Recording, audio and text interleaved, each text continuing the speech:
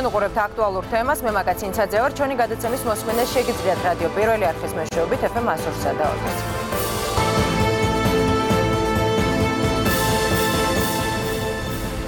ყოფილ პატიმართა რეაბილიტაციისა და რესოციალიზაციის პროგრამის 5 წლის შედეგები ცნობილია. იუსტიციის სამინისტროს საგრანტო კონკურსის ფარგლებში ასრვა ყოფილი პატიმრის 106 ბიზნეს იდეა დაფინანსდა.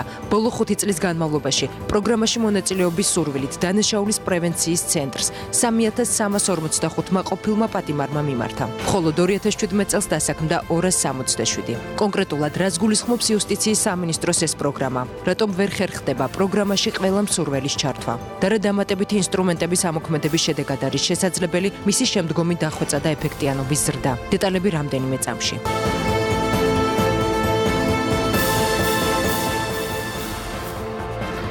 იუსტიციის მინისტრის წულუკიანის ინიციატივით ჯერ კიდევ 2012 წლის ბოლოს ყოფილ პატიმართა დასახმარებლად პირველი სახელმწიფო პროგრამა შეიქმნა. მის მიზანს სასჯელაღსრულების დაწესებულებიდან გათავისუფლებული პირების რეაბილიტაციის ხელშეწყობა, მათი საზოგადოების სრულუფლებიან წევრად დაბრუნება და განმეორებითი დანაშაულის აცილება წარმოადგენს. პროგრამას დანაშაულის პრევენციის ცენტრი ახორციელებს. მსჯავრდებულთან მუშაობა სასჯელაღსრულების დაწესებულებაში გათავისუფლებამდე 1-3 თვით ადრე იწყება. რა კრიტერიუმების გათვალისწინებით ხდება ბენეფიციართა შერჩევა და როგორია სტატისტიკა? დღეს სწორედ ამ თემაზე ვისაუბრებთ და ჩვენი სტუმრები არიან იუსტიციის მინისტრი თეაწულუკიანი, სასჯელაღსრულებისა და პრობაციის სამინისტროს იურიდიული დეპარტამენტის უფროსი ალექსანდრე დარახველიძე, რესოციალიზაციის პროგრამის მოსარგებლე მერაბ ძირკვაძე და საადვოკატო ბიურო OKNCG-ის დამფუძნებელი და ადვოკატი ოთარ კაჭკაჭაშვილი.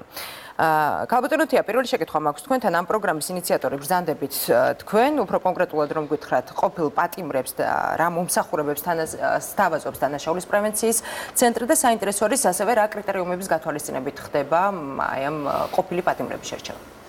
მოგესალმებით და პირველ რიგში საზოგადოებრივ მაუწყებელს მინდა უთხრა მადლობა გამოჩენილი ინტერესისთვის და პირადად ამ გადაცემის ავტორებს, მონაწილეებს და თქვენ რომ ამ პროგრამისადმი დაინტერესი გამოხატეთ. ვფიქრობ, ეს ძალიან მნიშვნელოვანი პროგრამა, იმიტომ რომ ყოფილ პატიმრებს, რომლებიც პრობაციონერები არ არიან, ის ეხება და ეხება ყველა ასეთ პატიმარს, ამიტომაც კითხვაზე პასუხი თუ როგორ ხვდებიან ჩვენთან ყოფილი პატიმრები, ისინი ხვდებიან ჩვენთან თუ კი აქვთ ამის ნება. ეს პროგრამა არის ნებაყოფლობითი, ვინც კი მოგმართავს ყოფილი პატიმარი, ისინი ერთვებიან ამ პროგრამაში. ნებისმიერ შეუძლია. ნებისმიერს მთავარია ნება ჰქონდეს ყოფილ პატიმარს, თუმცა უნდა ვთქვა, რომ ისინი ვინც ყოფილი პატიმრები არიან, მაგრამ პრობაციის სააგენტო მზრუნველობს მასზე, იმიტომ რომ პირობითი მსჯავრი არ აქვთ ჯერ მოხდილი, მათ აქვთ გარკვეული სერვისები იქ და შესაბამისად ჩვენთან მოდიან ის პატიმრები, დღემდე 3345 იყო ასეთი, რომლებსაც რეალურად სახელმწიფოსგან სხვა რაიმე ვთქვათ პროგრამა მზრუნველად არ ჰყავს ან არ აქვს. ჩვენ მათ ვთავაზობთ სხვადასხვა ტიპის სერვისებს და 5 წლის მანძილზე მუდმივად ყოველ წელს ვზდიდით ამ რა სერვისებს თავაზობთ? საინტერესო მე აღარ გავიტანე უკვე საკადროში მსურველს თქვენგან მომისმინე. სერვისები არის სხვადასხვანაირი დაწყებული, ეგრეთ წოდებული CV-ს, ანუ კურიკულუმ ვიტეს შედგენის ცოდნიდან დამსრულებული ისეთი მნიშვნელოვანი ტრენინგებით, როგორიც შეიძლება იყოს მაგალითად პროფესიის შესწავლა. და აქ ჩვენ ჯერ კიდევ ქალბატონი თამარ სანიკიძის დროს გავაფორმეთ მემორანდუმი განათლების სამინისტროსთან, რომელიც თავისი პროფტექნიკუმებით, ეგრეთ წოდებული პროფესიული სასწავლებლებით გვეხმარება, რომ მაგალითად ისეთი ბენეფიციარები, რომლებსაც სურთ შეისწავლოთ მეფილე მომპირკეთებლის პროფესია, ზეინკლალი გახდეს, ამ პროფესიებს ვასწავლით სახელმწიფო უფასოდ, რა თქმა უნდა, და შემდეგ ის უკვე ბაზარზე პოულობს თავის თავს. ჩვენ ასევე მათ ვთავაზობთ სხვადასხვა ტიპის ტრენინგებს, ისეთი როგორც არის ბრაზის მართვა.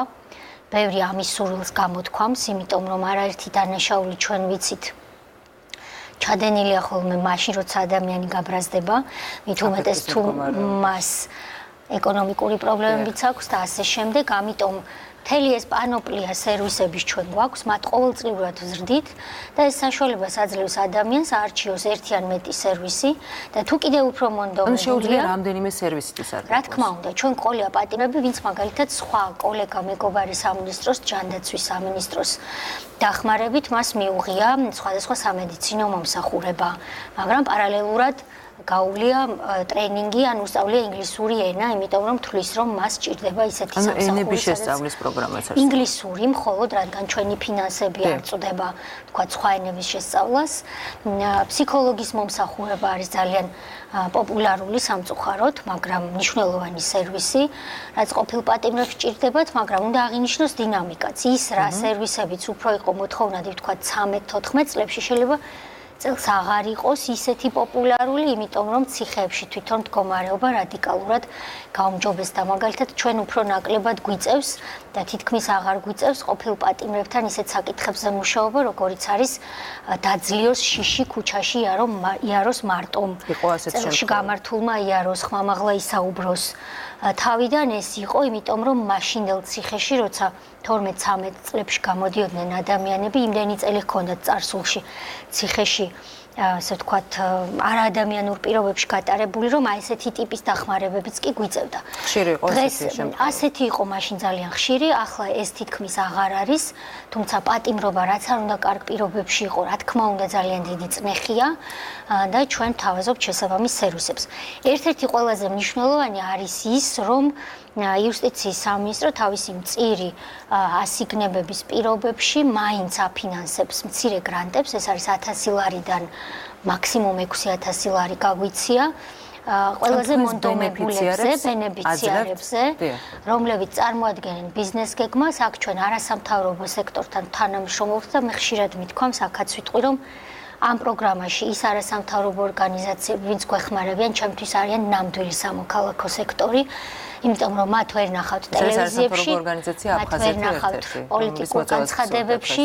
დიახ, პირველი მეგობარი ჩვენი იყო ფონდი აფხაზეთი, რომელმაც და სხვაებიც, რა თქმა უნდა, მაგრამ ყველას ვერ ჩამოთვლი, რომლებიც ჩუმად აკეთებენ იმ დიდ საქმეს, რასაც ქვია ადამიანის დახმარება და მისი ცხოვრების უსაფრთხო გზაზე დაყენება. ასე გაიღო სამინისტრომ აი ამ გრანტების პირობებში დაახლოებით 9 მილიონი ლარი, რამაც მოიტანა მე ვთვლი მრავალმილიონიანი შედეგი დღეს უკვე, იმიტომ რომ ბევრი ბენეფიციარი პატარა ბიზნეს თვითონ ფლობს, რომელიც იზრდება.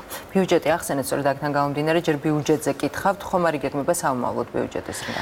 ჩვენ ყოველ წელს ამ გრანტების ბიუჯეტს ვდიდით, მთლიანობაში 9 მილიონი არის 5 წლის მანძილზე გაცემული, თუმცა რა თქმა უნდა, ჩვენ ვართ სამინისტრო, ჩვენ გვაქვს სახელმწიფო ბიუჯეტიდან ასიგნებები და ეს გრანტები გაიცემა სამინისტროს ცენტრალური აპარატის ბიუჯეტიდან, ამიტომაც ჩვენ არ გვაქვს იმის შესაძლებლობა, რომ ეს ჩვენს მიხედულების და მიხედვით გავზარდოთ. თუმცა რა თანხასაცხებულობთ ცენტრალური ბიუჯეტიდან იმ ფარგლებში ყოველ წელს ცოტას ვზრდიდით და მომავალშიც რა თქმა უნდა გავზრდით. 3345 ყოფილი პატიმარი, რომელმაც ისურვა აი ამ პროგრამაში ჩართვა. და ჩაერთო. არის ეს ცოტა თუ ბევრი მაჩვენებელი? იმ რესურსებისთვის, რაც ჩვენ გვაქვს, გულისხმობ მაგალითად არა მხოლოდ თანხებს, სოციალურ მუშაკებს. პირველი სოციალური მუშაკი დავასაქმეთ ჩვენ 13 წლის იანვარში, იმიტომ რომ დანაშაულის პრევენციის ცენტრის ფუნქცია, როდესაც მე დავინიშნე მინისტრად, 5 თანამშრომელი იყო, საერთოდ არ იყო ყოფილ პატიმრებზე მუშაობა. ეს იყო ძირითადად სხვადასხვა ტიპის მოსწავლეებთან მუშაობა, პროკურატურაში, ექსკურსიები და ასე შემდეგ. იუსტიციის სახლში ვთქვათ მოსწავლეების მოყვანა, რაც თავის ფუნქციას რა თქმა უნდა ასრულებს, მაგრამ ყოფილ პატიმრებზე ეს სიპი არ ზრუნავდა. დღეს ჩვენ გვყავს 70-მდე თანამშრომელი, რაც არის ის, რაც არის.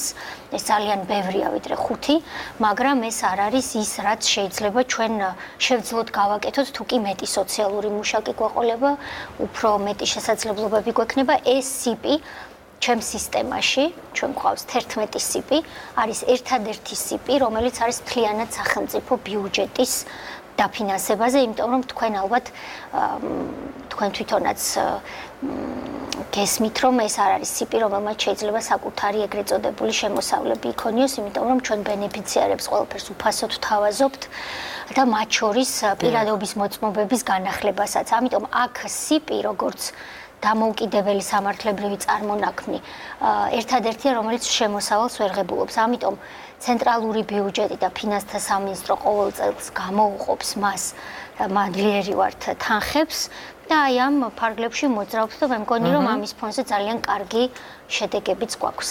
გასაგებია. ბატონო მერაბ, თქვენ ხართ აი ამ პროგრამის ბენეფიციარი.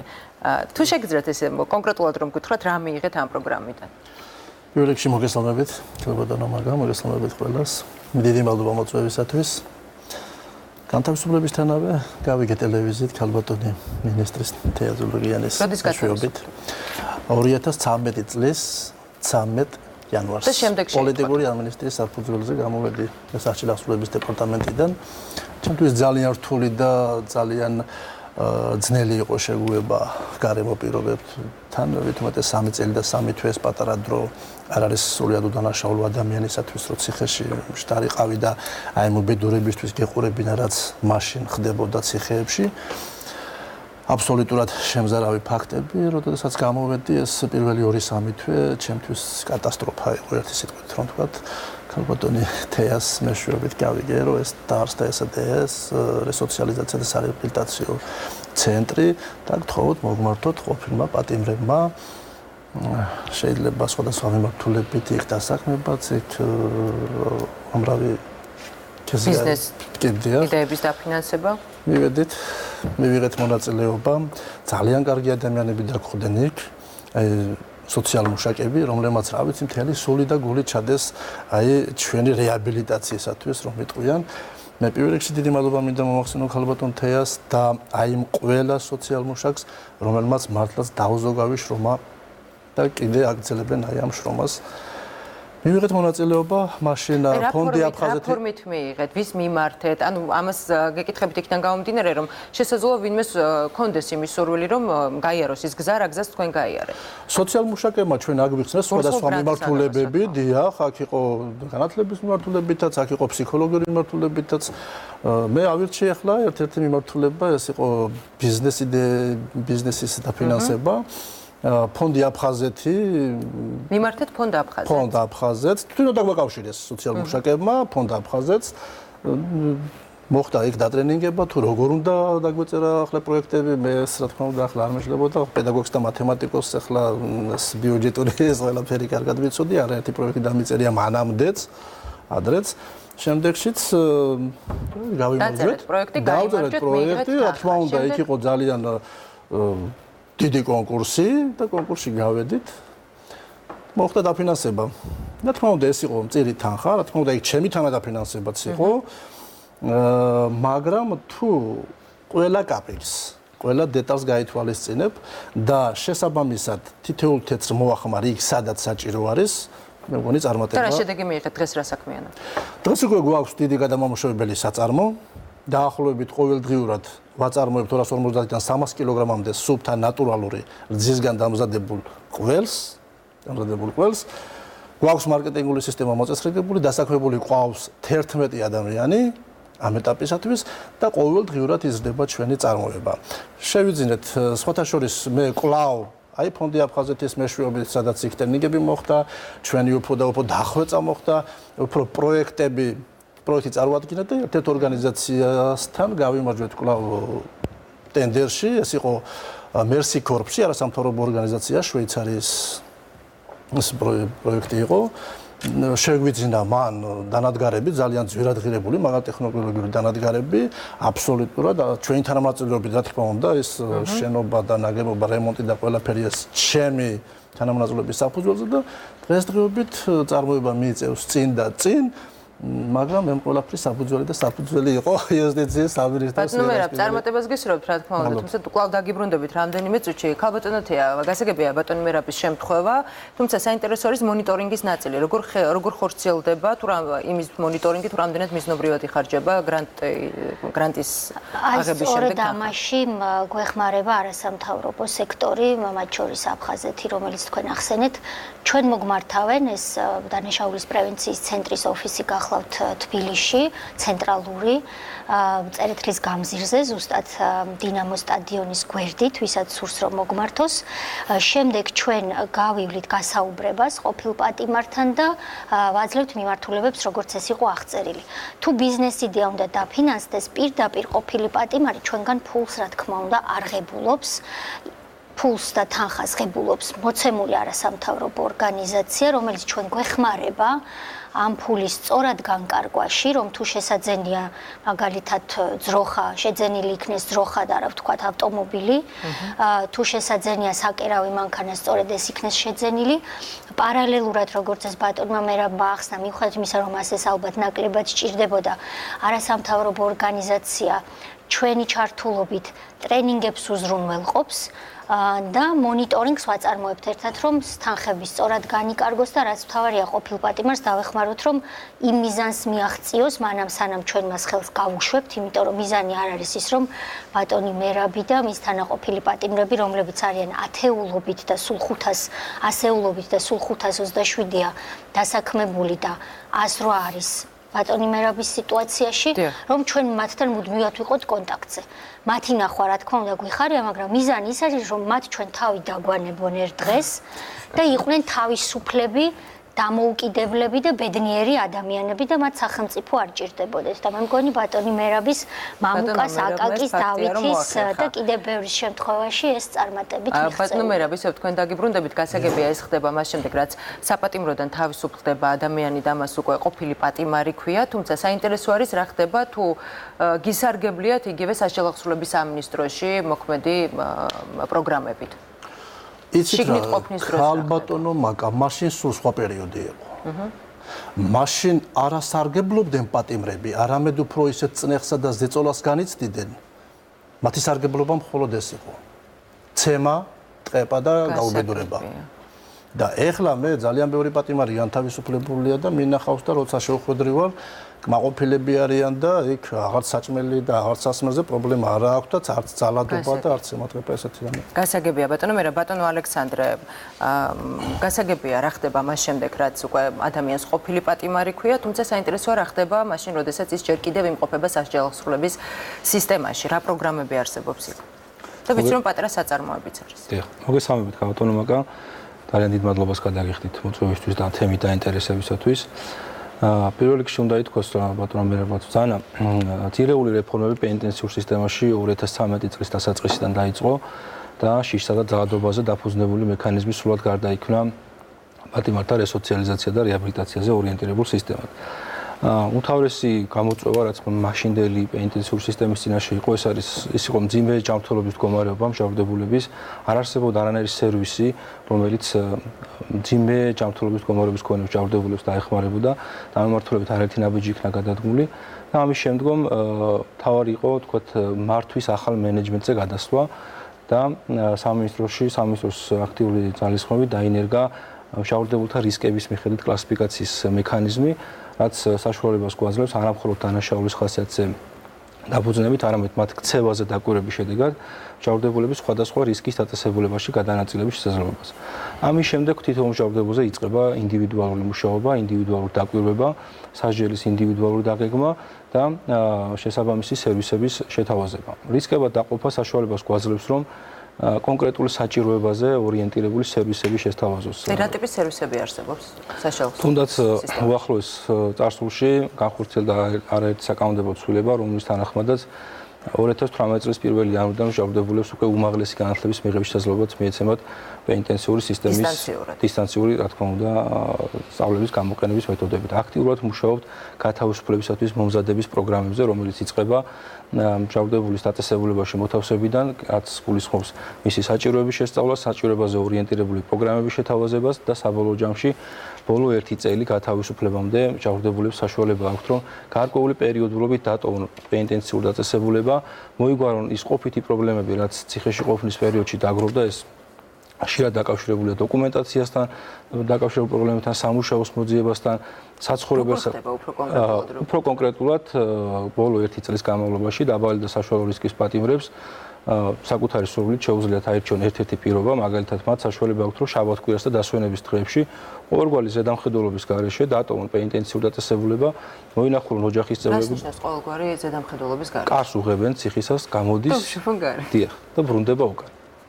ასევე თუ კი ისინი მოიძიებენ სამსახურს, სამუშაო გრაფიკის შესაბამისად ვაძლევთ საშუალებას, რომ დროებით დატოვონ პენტენსიური დაწესებულება. ეგ საუბარია ბოლო 1 წელზე გათავისუფლებამდე, გათავისუფლებამდე 1 წლის განმავლობაში თუ თქვათ მოახერხებს და იშოვის დასაქმდება და სამსახურს, შეუძლია ორშაბათიდან პარასკევის ჩათვლით გავიდეს დილას, გავხსნიან ციხის კარს, გავუშვებენ სამსახურში და საღამოს 7 საათზე ველოდებით დაბრუნდეს გამცილებლის გარეშე. რა თქმა უნდა. და ასეთი ამ სერვისით ბევრი პატიმარის აქვს სურვილი რომ ისარგებლოს, სარგებლობენ კიდევაც. თუ სარგებლობს, თუ გყავთ ასეთი პატიმარი, ვინც ესე იგი, აქამდე არსებობდა თავისუფლების შეზღუდული დაწესებულება, სადაც ჩვენ ეს მექანიზმი გამოვცადეთ და ძალიან კარგად იმუშავა. 2018 წლის 1 იანვრიდან უკვე ამოქმედა ახალი ტიპის დაწესებულება, ნომერ 16 პენტენსიური დაწესებულების ბაზაზე და უახლოეს დღეებში დაიწყება პატიმრების გადაყვანა ამ დაწესებულებაში და მათ მიეცემათ საშუალება რომ დატოვონ პენტენსიური დაწესებულება. აი ამის სამართლებრივი ჩანაწერი არსებობს უკვე, ეხლა დაწყებულია ტექნიკური პროცედურები და ამის შემდეგ უკვე შევდებული მიეცემათ რომ მოემზადონ გათავისუფლებისათვის. გარდა ამისა, პენტენსიურ სისტემაში აქტიურად დაიწყო პატიმართა დასაქმების პროგრამებიც, კერძოდ ჩვენ ვცდილობთ რომ მაქსიმალურად ხელი შევუწყოთ ის კერძო ბიზნესს რომ შექმნა საწარმოები პენტენსიურ სისტემაში, ამისათვის საქართველოს მთავრობის განკარგულების საფუძველზე სამინისტროს ყოველგვარი ტენდერის გარეშე საშუალება აქვს რომ პირდაპირ შეისყიდოს იმ საწარმოებისგან წარმოებული პროდუქცია, რომლებიც პენტენსიურ დაწესებულებაში მოქმედებს და დასაქმებული ყავს საწყობია ასეთი სასჯელაღსრულების. ორი ჯერჯერობით ორი საწარმო მოქმედებს და ერთი არის ქალთა დაწესებულებაში მოქმედი სამკერვალო, რომელიც მთლიანად უზრუნველყოფს პენტენსიური სისტემის წინაშე არსებულ გამოწვევებსაც დაკავშირებულია იგივე პატიმრების ზეწრებით უზრუნველყოფასთან, ბალიშისპირებით უზრუნველყოფასთან. სხვადასხვა ტიპის შეკვეთებია. დიახ, რა თქმა უნდა, სხვადასხვა ტიპის შეკვეთები აქვს ამ საწარმოს და ქალი მჟავრდებულები თვის განმავლობაში 700-800 ლარსაც კი იღებენ ხელფასს, როცა თქვათ არსებობს შესაბამისი შეკვეთა. გარდა ამისა, წარმატებით ფუნქციონირებს პურის საცხობის საწარმო, რომელიც მთლიანად უზრუნველყოფს პენტენსიურ სისტემას, ციხეშივე გამომცხვარი პურით და ჩვენ ამ მიმართულებით აქტიურად აგრძელებთ მუშაობას.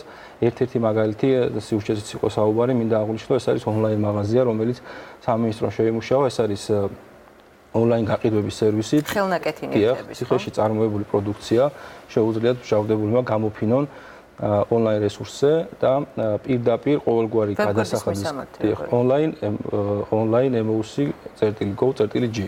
ეს არის ჩვენი საიტის მისამართი, ნებისმიერ დაინტერესებულ პირს შეუძლია შეიძინოს ამ საიტის მეშვეობით პატიმრების წარმოებული პროდუქცია და ყოველგვარი გადასახადის გადახდის გარეშე, ანუ ის რეგისტრდებიან მცირე მეწარმეებად, მჟავრდებულები 30000 ლარის ფარგლებში ყოველგვარი გადასახადისგან გათავისუფლებულები არიან. შესაბამისად, პირდაპირ ის თანხა, რომელსაც თითოეულ ჩვენთაგანი გადავიხდით ამ თითოეულ პროდუქტში, პირდაპირ მჟავრდებულის ანგარიშზე ხვდება. აისახება პირდაპირ მჟავრდებულის ანგარიშზე. გასაგები არის, ბატონო ოთარ, თქვენ ბრძანდებით ადვოკატი, მე მაინტერესებს ჯერ რა ხდება სხვა ქვეყნებში, პრაქტიკა როგორია და ვიცი რომ გაქვთ გარკვეული ინიციატივებიც იმისთვის, რომ განსაკუთრებით კერძო ბიზნესი დაინტერესდეს. კი ბატონო, მოგესალმებით. მინდა იქიდან დავიწყო, რომ არ შეიძლება ჩვენს ქვეყანაში არ დაინახო ძვრები იმისკენ, რაც პატიმრების მიმართ ან პატიმართა რიცხოვნობის მიმართ საერთოდ მიდგომა როგორ შეიცვალა, როცა ყავდა ჩვენ 24000 პატიმარი, დღეს ყავს 10000-ზე ნაკლები პატიმარი. ეს ბუნებრივია, რომ პოზიტიური ნაბიჯებია ქვეყნის მხრიდან, მაგრამ როდესაც ვაღწევთ რაღაცას, გვინდა კიდევ უფრო მეც მივაღწევთ და უფრო მეტად მე ვფიქრობ, რომ დღეისათვის კერძო სექტორი არ არის სათანადოდ ჩართული, ან სახელმწიფო იმდენს მეტი რესურსია, რომ ამაში მოწოდებებით, სხვადასხვა PR აქციებით, კერძო საწარმოები ჩართოს.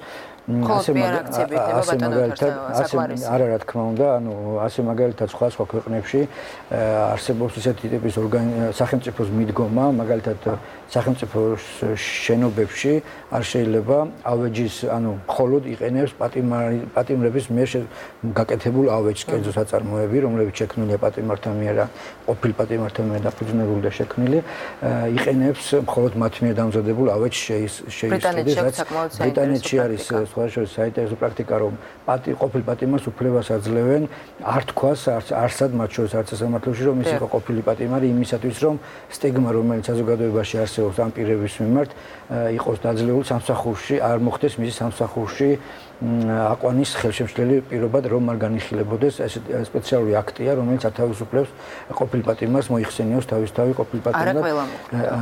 ხო, არა, რა თქმა უნდა, სპეციალიზირებულ მუხლებზე გვაქვს ასეთი პრაქტიკა ბულგარეთში, მაგალითად შექმნილია სპეციალური სააგენტო, დასაქმების სააგენტო ყოფილ პატიმრებისათვის, რომლებიც ემსახურებიან, აწარმოებენ სპეციალურ აღრიცხვას ამ პირების და მონიტორინგს და მეთვალყურეობენ იმ პირებს.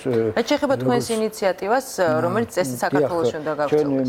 მე ვფიქრობ, რომ მე თვითონ რამდენიმე ორგანიზაციის, ბიზნეს ორგანიზაციის დამფუძნებელი ვარ და ვფიქრობ, რომ აუცილებლად ხელშემწყობი იქნებოდა თუ კი დღეს მაგალითად ხედავთ აქტიურობას იუსტიციის სამინისტროს და ამ სისტემაში შემავალი ორგანიზაციების მხრიდან, ხოლო მაგალითად არ არის აქტიურობა ფინანსთა სამინისტროს მხრიდან, რომელსაც დაუშვათ სპეციალური პროექტის შესაბამისად შესაძლებელია გათავისუფლდნენ რიგი გადასახადებისაგან ესა თუ ის პირები, ორგანიზაციები იმ რაოდენობა ფიზიკური პირების დასაქმებისათვის დაუშვათ თუ კი ისინი დაასაქმებენ ყოფილ პატიმრებს, რა თქმა უნდა, იმ რისკების გათვალისწინებით, რაც ან რამდენად რეალისტური არის, თქვათ, იგივე სასჯელაღსრულების სისტემაში მცირე საწარმოების ამოქმედება?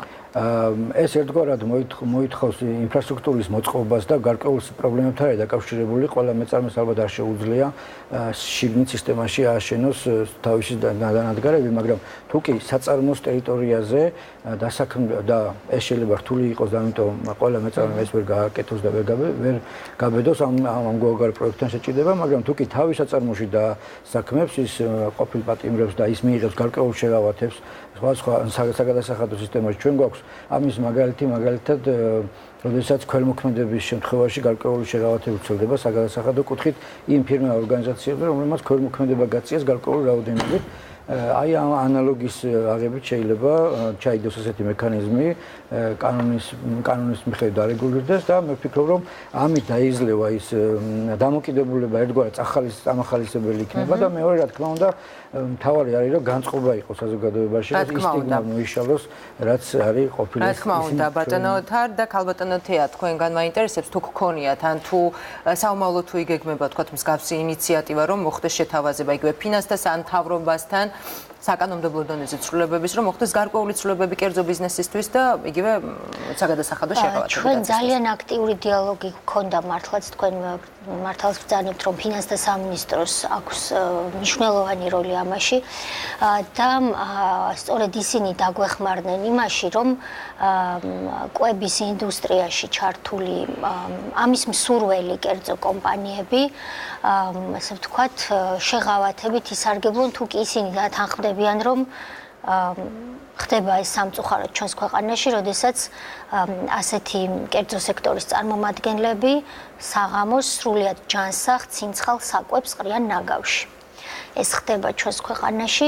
პირველი, ვინც აი ამ ასე ვთქვათ, ჩვენი შეთავაზებით, რომელიც იყო იუსტიციის სამინისტროს იდეა და ფინანსთა სამინისტროს ხელშეწყობით, ამას გამოეპასუხა არ გახდათ ქართველი ბიზნესმენი, მაგრამ ქართული ბიზნესი, რომელსაც ყავს ფრანგი წარმომადგენელი და მე როგორც ქართველ ბიზნესმენს გვარებს არ დავასახელებ, ასევე ამ ფრანგ წარმომადგენელს მინდა უთხრა თქვენი ეთერით მადლობა, თუმცა ასე ვთქვათ, ეტიკეტი და ფირმა ყველასთვის ცნობილია, ეს არის ჩვენთვის ყველასთვის საყვარელი კაფე ანტრე, რომელიც ქართველი ადამიანის ფრანგებთან ერთად შექმნილი არის ორი იმედი მაქვს რეკლამაში არ ჩაგვეთვლება. თუ ჩაგვეთვლება და ეს მე მგონი უფრო სოციალური მიზნით იქნება და მე მინდა მოვუწოდო ყველას, რომ მათ მიბაძონ, იმიტომ რომ ეს არ ვერ ვიტყვით, რომ აი, იმიტომ რომ ეს უცხოეთში ასეა. ამიტომ გავუსვი ხაზი, რომ ეს არის ერთობლივი კომპანია, რომელიც სადაც ფესვები აქვს საქართველოში, იმიტომ რომ ეს ქართული ფულიც დევს, მაგრამ არის ასევე ფრანგული პროდუქცია. ამიტომ აი ამ სოციალურ მიდგომებს ეროვნება არ აქვს. ისინი მიიღებენ გარკვეულ. მათ მიიღეს მონაწილეობა ამაში და ანტრე დღეს მე ღიათაც თქვი არის ჩვენი ერთ-ერთი პარტნიორი და თუ კი აფხაზეთი ხსენება არ მეთქლება რეკლამაში, ვერც ანტრეს ხსენება ვერ უნდა ჩამეთვალოს რეკლამაში. ყველა ის ადამიანი, ვინც ჩვენ გვეხმარება, აი ამ ორ გვერდზე ჩამოთვლილი და დიახ, მე მათ ვუწევ რეკლამას. ამიტომაც ქართულ ბიზნესს იქნება ეს ერთობლივი უცხოელებთან, როგორც ანტრეა, იქნება წმინდა ქართული სხვების მონაწილეობის გარეშე. მიბაძონ მათ და რაში? ჩვენ აი ამ პროგრამის და ცენტრის ფარგლებში ყვანან ბენეფიციარები, რომლებიც მე დღეს განგებარ ვახსენე, მაგრამ ეხლა ვიტყვი, ესენი არიან რამდენიმე ათეული ქუჩაში მცხოვრები და მომუშავე ბავშვები. დიახ. მათ შორის ათეულობით გოგონა, რომელიც ქუჩაში ცხოვრობს და მუშაობს. ისინი ჩვენ ძალიან სალაპარაკო და უხეშ ენაზე ვიტყვი, მივიბით და ამას სხვა არაფერი არ ქვია, იმიტომ რომ მათთან ურთიერთობა და ნდობის მოპოვება მათში ყველაზე რთული საქმეა ამ სამყაროში. და ჩვენ ეს მოვახერხეთ. ისინი გაცილებით მეტნი არიან, მაგრამ ეს არის ის ჯგუფი, ვისთანაც ჩვენ ურთიერთობა დავამყარეთ და სწორედ ყოველ საღამოს, ვისაც სურვილი აქვს მათ შორის ანტრედან წამოღებული პროდუქციით ჩვენ მათ ვამარაგებთ. თუ ქართველი ბიზნესმენები გამოთქვამენ სურვილს, რომ აი ამგვარი პროექტი ჩვენთან ერთად გამართონ, რა თქმა უნდა, ჩვენ მოხარულები ვიქნებით. ერთადერთი ამ ეტაპზე მსურველი და ესეც უნდა ვთქვა, ვინც არის საქართველოში მოქმედი ფრანგული სკოლა, რომელმაც ასევე გამოთქვა, რომ მემორანდუმი გაფორმდეს და სწორედ აი ეს ფინანსთა სამინისტროს ხელშეწყობით, რომელიც თქვენ სამართლიანად დაასახელეთ, მათი მონაწილეობით და ხელშეწყობით ჩვენ შევძლოთ, რომ საქართველოში მივაღწიოთ იმ დღეს, როცა საკვები იქნება ეს რესტორნებში თუ სხვაგან, რომელიც არც გაფუჭებული, არც ვინმეს ხელი უხლია, ნაგავში არ მიდიოდეს. კაპიტანი, მე მაინც უნდა გკითხოთ, მათ აი ამ კომპანიებს, იგივე ანტრეს, გარკვეული შეღავათები თუ აქვთ სახელმწიფოს მხრიდან? ისინი აი ამ საკვებისთვის, რასაც თქვენ, ჩვენ არა ვართ ერთადერთი, ვისაც ანტრე აძლევს თავის, ასე ვთქვათ, პროდუქციას. ამისთვის ისინი ფულს არ იხდიან. ანუ საგადასახადო წნეხი მათ ამაზე არ აქვთ. არის კიდევ ერთი კომპანია, მაგრამ ისიც უცხოურია. მთლიანად უცხოურია, რომელსაც წარმომადგენლობა აქვს საქართველოში და მას ჯერჯერობით ეს შეღავათი არ აქვს, მაგრამ მინდა დაგარწმუნოთ, რომ ფინანსთა სამინისტრო არის ძალიან აქტიურად ჩვენთან დიალოგში და როგორც ყოფილი მინისტრი ბატონი დიმიტრი, ისევე ამჟამინდელი მინისტრი არიან მოწოდებულები, როგორც ჩვენ მიმართავთ ხოლმე, რომ აი გაჩნდა შემოთავაზება ამგვარ ბიზნესმენებს ხელი შეუწყონ ერთადერთი მიზნით, რომ ის საჭიროება, არ მინდა სიტყვა შიმშილი ვიხმარო, მაგრამ სამწუხაროდ ასეთი არსებობს, ჯერ კიდევ ვისაც ეს პრობლემა აქვს, ვთქვათ, იქ არ იყოს გამოყენებული ის ფინანსური წნეხი, რასაც ხანდახან გულისხმობს პროდუქციის გატანა კომპანიიდან და იმ მიზნით გამოყენება, რასაც ქველმოქმედებან სოციალური მიზნები ჰქვია. ბატონო ალექსანდრე, სასჯელაღსრულების სისტემაში ვიცი, რომ უკვე არსებობს საწარმო, ორი საწარმო თან, თუმცა იმისთვის, რომ კერძო ბიზნესი დაინტერესდეს, რაც უკვე ვისაუბრეთ, ბუნებრივი არის იგივე მსჯავრდებულების დასაქმებით, ბუნებრივი არის საჭირო გარკვეული мотиваცია და წახალისება ამ კერძო ბიზნესის. ვიცი, რომ თქვენ სასჯელაღსრულების სამინისტროს აქვს გარკვეული ინიციატივები. რას გულისხმობს უფრო კონკრეტულად, რომ გითხრათ ეს ინიციატივა? ბუნებრივია დასაქმება არის ერთადერთი გამოსავალი იმისი, რომ დანაშაულის განმეორებით ჩადენა დანაშაულის პრევენციისათვის და თითოეულ დასაქმებული მსჯავრდებული პენიტენციურ სისტემაში არის წართმეული რესურსი კრიმინალური სუბკულტურისათვის. შესაბამისად, სამინისტრო მიმართულებით აქტიურად მუშაობს და თქვენ მინისტრს გააჟღერა ეს ინიციატივა და უახლოეს მომავალში ფიქრობთ, რომ წარმოადგინოთ შესაბამისი კანონპროექტი. კანონპროექტი ორი სხვადასხვა მიმართულებით იქნება ორიენტირებული. პირველი ეს არის მსჯავრდებულებში мотиваციის გაზდარობის დასაქმდნენ და ამისათვის კონკრეტულ მექანიზმს თავაზობთ ნამუშევარი დღეების მიხედვით, რომ მათ შეიმცირონ სასჯელი, ეს ერთი და მეორე ბუნებრივია ველოდებით გაზრდას მოთხოვნისას და სასაქმების კუთხით და ამ შემთხვევაში სამინისტრო თუ არა კერძო ბიზნესის მხარდაჭერა შეუძლებელია, რომ ეს სამუშაო ადგილები შექმნას პენიტენციურ სისტემაში. შესაბამისად, ფიქრობთ, რომ რაღაც გარკვეული შეღავათები შევთავაზოთ, რა თქმა უნდა, მთავრობის მხარდაჭერით და გვერდში დგომით, სხვა შემთხვევაში შეუძლებელია ასეთი ტიპის წახალისების ღონისძიების შეთავაზება. პირველი ნაბიჯი რაც ამ მიმართულებით გადაიდგა ის არის რომ მთავრობა ყოველწლიურად სამინისტროს აძლევს საშუალებას რომ გამარტივებული ფორმით შეისყიდოს პენიტენციურ სისტემაში წარმოებული პროდუქცია, თუმცა ეს არის ერთჯერადი აქტი, რომელიც ყოველწლიურად გამოიცემა. კარგი იქნება თუ თქვათ ამ მიმართულებით იქნება საკანონმდებლო გადაწყვეტა საკითხის. ამასთან სხვადასხვა ქვეყნებში როგორც ბატონმა ბრძანა აქტიურად გამოიყენება საგადასახადო შეღავათები, ვინაიდან რაც ძალიან მნიშვნელოვანია კერძო ბიზნესის. დიახ, რა თქმა უნდა. და კონკრეტულ ამ სფეროში დაზოგილი თანხა, ამ სფეროში უბრალოდ ზედმეტად გადახდილი თანხა არის ჩადებული დანაშაულის პრევენციაში. შესაბამისად, ჩვენ ველოდებით, რომ მთავრობისგან იქნება ამ მიმართულებით ხარდაჭერა და უახლოეს მომავალში კონკრეტული ინიციატივები და კონკრეტული შეღავათების შესაძლებლობაზე გვექნება საშუალება, რომ აქტიურად ვისაუბროთ. გასაგებია, ქალბატონო თეა, ციხეში სასჯელაღსრულების სისტემაში ამ პროგრამის შესახებ ინფორმაციის მიღება არის მარტივი იმის გათვალისწინებით, რომ გათავისუფლებამდე რამდენიმე 1-3 თვით ადრე ხდება გარკვეული პროგრამების შეთავაზება, ხომ პატიმრებისთვის. მე მაინტერესებს თქვათ ადამიანები, რომლებიც რამდენიმე წლის წინ გათავისუფლდნენ, 4, 5, 6 წლის წინ.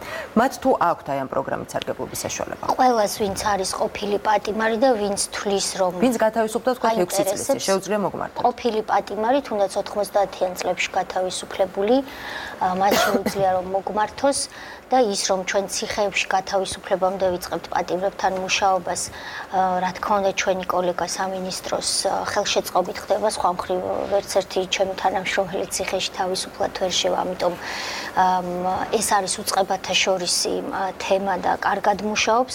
მე მახსენდება ის დღეც, როდესაც ბატონი სუბარის დროს ამას საფუძველი ჩაეყარა და პირველად მიიღეს პატიმრებმა ჩემი და მისი ხელმოწერით წერილი, სადაც უთხარით რომ ეს პროგრამა შეიქმნა და შემდეგ ყველა მინისტრი, ახლა უკვე ბატონი კახიშვილის ხელმძღვანელობით ამ ტრადიციას აგრძელებს. ამიტომაც ჩვენ შეგვიძლია შევიდეთ ციხეში 1-3 თვით ადრე პატიმარს უთხრათ რომ ამგვარი პროგრამა არსებობს და თუ კი ის მოისურვებს, იმიტომ რომ კიდევ ერთხელ ხაზს უსვამ, ნება არის აქ წამყვანი, რომ გათავისუფლდება, შეუძლია რომ მოგმართოს. შესაბამისად ეს პროგრამა ყველა პატიმრისთვის, ყოფილი პატიმრისთვის ვის უნდა მიმართონ? ამ ადამიანებმა უფრო კონკრეტულად რომ გქოთ, თუ არსებობს ცხელი ხაზი და აი როგორ ხდება პროცედურა როგორ? ეს გახლავთ დანაშაულის პრევენციის ცენტრი, რომელსაც თავისი ოფისი აქვს წერეთლის გამზირ ნომერ 8. წერეთლის გამზირი ნომერი 8. ცხელი ხაზის ნომერიც ხომ არის? ცხელი ხაზი არის 2-145-145. 2-145-145. ძალიან საინტერესოა, ბუნებრივია თემა და ბატონ ალექსანდრე აუცილებლად დაუბრუნდები ამ თემას, ოდნავ მოგვიანებით, როდესაც უკვე შედეგებს უნახავთ. მანამდე ქალბატონო თეა, მე ბოდიშის მოხდით თემას შევცვლი, იმის გათვალისწინებით, რომ ხართ სტუდიაში არ შემიძლია არ ვისარგებლო ამ შემთხვევით და კიდევ ორ საკითხზე არ გავამახვილო თქვენი ყურადღება. დღეს კიევში მიხეილ სააკაშვილი დააკავეს, სწორედ ამასთან დაკავშირებით მინდა გადაცემის ბოლოს უკვე გითხოთ. საქართველოს მოთხოვნილი აქვს რამდენადაც ჩვენთვის არის ცნობილი უკრაინისთვის მისი გადმოცემის პროცედურის დაწყება, თუმცა ისიც ფაქტი არის, ბოლო ინფორმაცია რაც მაქვს, რომ უკრაინამ მიხეილ სააკაშვილი გადასცა პოლონურ მხარეს. ვიცი რომ პოლონეთსაც მოთხოვა ქართულმა მხარემ. თუ დამიდასტურებთ ამ ინფორმაციას, სამართლებრივი შეფასება თქვენი მაინტერესებს და რა სცენარით შეიძლება განვითარდეს მოვლენები? ბატონი მიხეილ სააკაშვილისთვისაც ეს პროგრამა იქნება ღია, მაგრამ მანამდე ჯერ ის უნდა გახდეს ქართული ციხის პატიმარი და როცა იქნება თუ ეს დრო დადგება ყოფილი პატიმარი, მე ამ დროს მინისტრი აღარ ვიქნები, მაგრამ პროგრამა იარსებებს. ეს ხუმრობით ბატონი მერაბი დაასაქმებს. რაც შეეხება უფრო სერიოზულად ამ კითხვას, მე მგონი რომ ამდენი კარგ თემაზე საუბრის მერე მაინც ვაღიარებ არ მიხარია ამ თემას შევეხო, მაგრამ ჟურნალისტი არის ასე ვთქვათ, წამყვანი ფიგურა ტელევიზიაში და კითხვას როცა სვამს, უნდა გასცე პასუხი. ამიტომაც გიპასუხებთ. ჩვენ დღეს ყველამ ერთად ნახეთ მედიის საშუალებით და სხვა საინფორმაციო წყარო, მე კონკრეტულად ამ თემაზე არ მქონია, რომ მოხდა ბატონი მიხეილ სააკაშვილის დეპორტაცია, ანუ გაძევება იმ ქვეყანაში, საიდანაც ის უკრაინის ტერიტორიაზე შევიდა. უკრაინულ სახელმწიფოს ჰქონდა, ასე ვთქვათ, ორი არჩევანი, ერთი იყო ექსტრადიცია საქართველოში და დღეს თითქოს ინფორმაცია გავრცელდა და მინდა დავაზუსტო, რომ საქართველოს პროკურატურას უკრაინის სახელმწიფოს წინაშე ექსტრადიციის მოთხოვნა არ მოუხსნია და არ მოხსნის, შესაბამისად ის იყო ძალაში, მაგრამ ბევრჯერ ვთქვი ესმე, ყველამ ვთქვით, რომ უკრაინული სახელმწიფოს გადასაწყვეტია რა გადაწყვეტილებას მიიღებდნენ ისინი. დღეს ჩვენ შევიტყვეთ, რომ მათ მიიღეს მეორე გადაწყვეტილება, ანუ მათი ტერიტორიიდან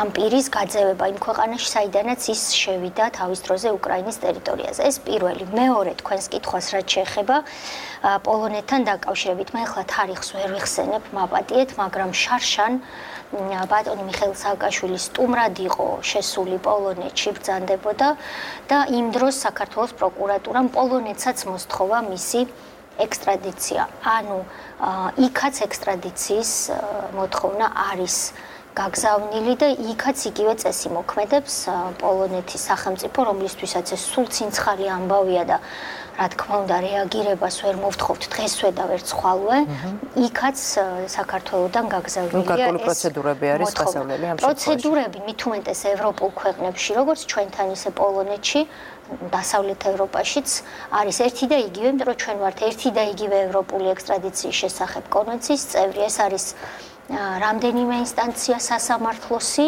რომელსაც სჭირდება დრო და თუ კი მოცემული ქვეყნის სასამართლო იტყვის, როგორც ახლა მაგალითად ჩაბუქთან დაკავშირებით ცნობილი საქმეა და ამიტომ მომყავს მაგალითად მიმდინარეობს ქართულ სასამართლოებში პროცესი, ეს შეიძლება დროში გაიწელოს, მე მოსამართლე რა გადაწყვეტილებას მიიღებს ეს არავინ არ იცის. აი ამ პროცედურების გავლის მერე თუ კი ეს პროცედურები პოლონეთში დაიწყება, შეიძლება ჩვენ რაღაცა შედეგებზე ვისაუბროთ, მაგრამ დღეს მოხდა ის, რაც მოხდა, ეს დადასტურებულიც არის უკვე, რომ ბატონი სააკაშვილი არის პოლონეთში. მე აქვე ჩემს არ გიკითხავთ, მაგრამ შეფასებას გავაკეთებ ამ ფაქტის. პირველ რიგში ეს ნამდვილად არავისთვის ხას უსვამს სასიამოვნო სანახაობა არ იყო და ვერ იქნება, ვინც ამ ქვეყნის მოქალაქეა და არც ერთ საქართველოს პრეზიდენტს არასდროს მე ამას არ ვუსურვებ, რადგან ეს მძიმე თემაა, იმიტომ რომ საქართველოს ყოფილ პრეზიდენტს ეხება საქმე, მაგრამ მე ვფიქრობ, რომ პოლიტიკურად თუ კი ეს უნდა აისახოს ქვეყნის შიგნით, ჩვენს შიგნით პოლიტიკურ სიტუაციაზე, ერთადერთი რაც შედეგიც ამას შეიძლება ჰქონდეს, ისედაც მორღვეული ნაციონალური მოძრაობის დასასრული ჩვენს ქვეყანაში. გასაგებია ქალბატონო თეა, ეს რაც შეეხებდა მიხეილ სააკაშვილის ექსტრადირების საკითხს და კიდევ ერთი თემა არის, ძალიან მინდა ამის შეფასებაც მოვისმინოთ თქვენგან. კეთილსინდისიერება და კომპეტენტურობა, ეს არის ის მთავარი კრიტერიუმები, ქალბატონო თეა, რომლის მიხედვითაც იუსტიციის უმაღლესი საბჭოს წევრებმა უნდა შეაფასონ უვადოდ გამწესების მსურველი მოსამართლეები და ამ მოსამართლეების ამდღიანი გასაუბრებისა საკმაოდ დაასრთა სხვადასხვაობას, არა მხოლოდ სხვადასხვაობას, არამედ სიტყვერ დაპირისპირებასაც კი ჰქონდა ადგილი, მაგალითად ანა დოულიძეს გავიხსენებ, უვადოდ გამწესების მსურველ მოსამართლეთა ნაწილს ბანადეშვილის ნარჩენებიც კი უწოდა, აი ამ პროცესის შეფასებაც უნდა გთხოვოთ და შემდეგ დაგემშვიდობებით. დიდი მადლობა.